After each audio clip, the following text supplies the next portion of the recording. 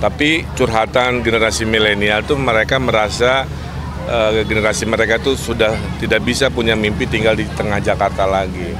Nah, solusinya kan bisa kita cari. Salah satunya adalah pasar kita upgrade jadi lebih rapi, pasar tradisional tetap ada, cuman di atasnya dibangun hunian-hunian. Emil tadi habis dari pasar, kalau nggak salah Kang Emil punya program khusus untuk pasar, termasuk yang berhubungan dengan hunian, mungkin bisa di-share apa ya? Ya, pada dasarnya kan Jakarta ini kota dagang, ya. Setiap yang namanya perdagangan, pusat perdagangan harus tetap eksis.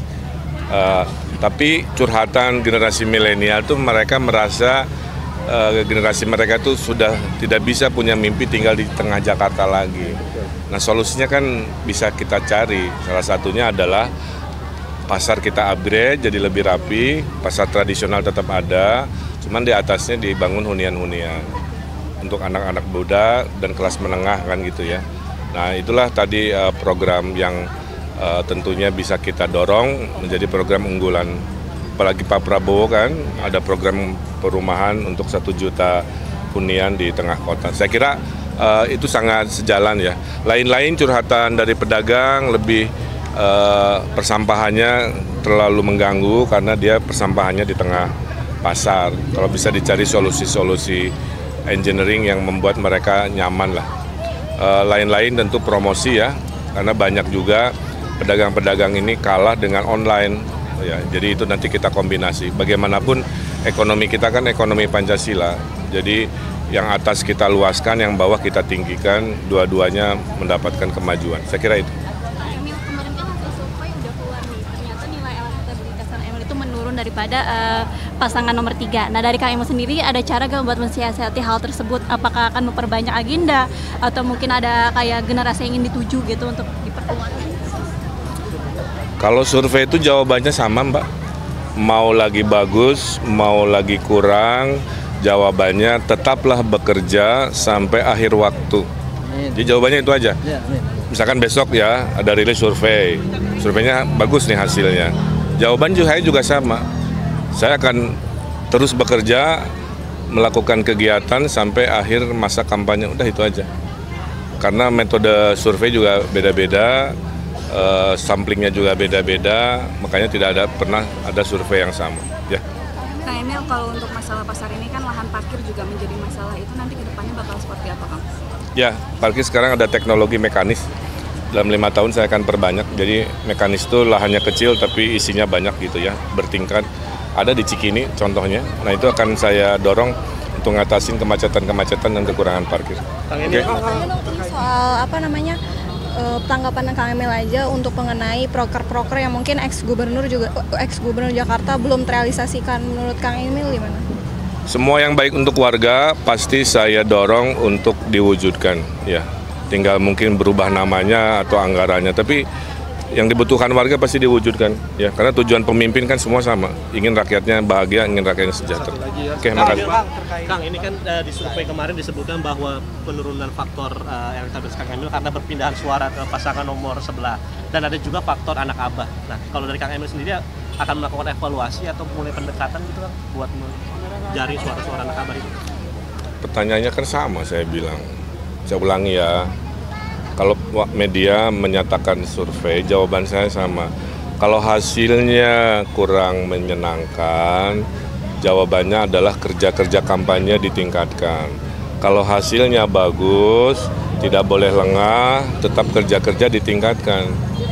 Kerja itu kan sama, Kang. Ada belusukan, ada sapa warga, ada main di medsos, ada menjangkau, dan lain sebagainya. Saya kira itu. Ya. Ya. Mau emok sila di sini, biar dekat sama saya. Yuk pindah sini.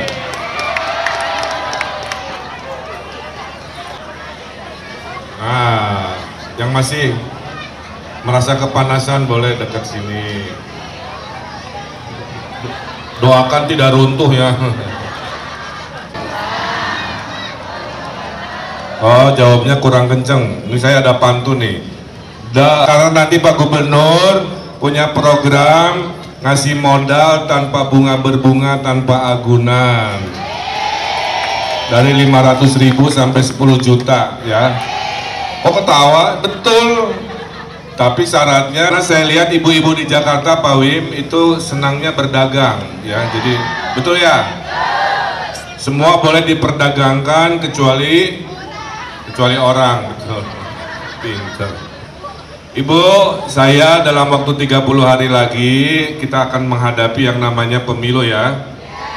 Nah, mudah-mudahan Allah mengabulkan saya bisa ditakdirkan menyayangi, mengurusi ibu-ibu, betul? Sebagai gubernur. Tadi saya ke pasar, curhatannya 3 dari 5 ibu-ibu bahasanya gini, Pak, di Kebayoran Lama banyak janda, Pak. Itu cerita mah nanti ya. Kemudian ibu-ibu yang anggota PKK, Posyandu, Jumantik, ya, lain-lain nanti Dawis itu insentifnya insya Allah dinaikkan ya.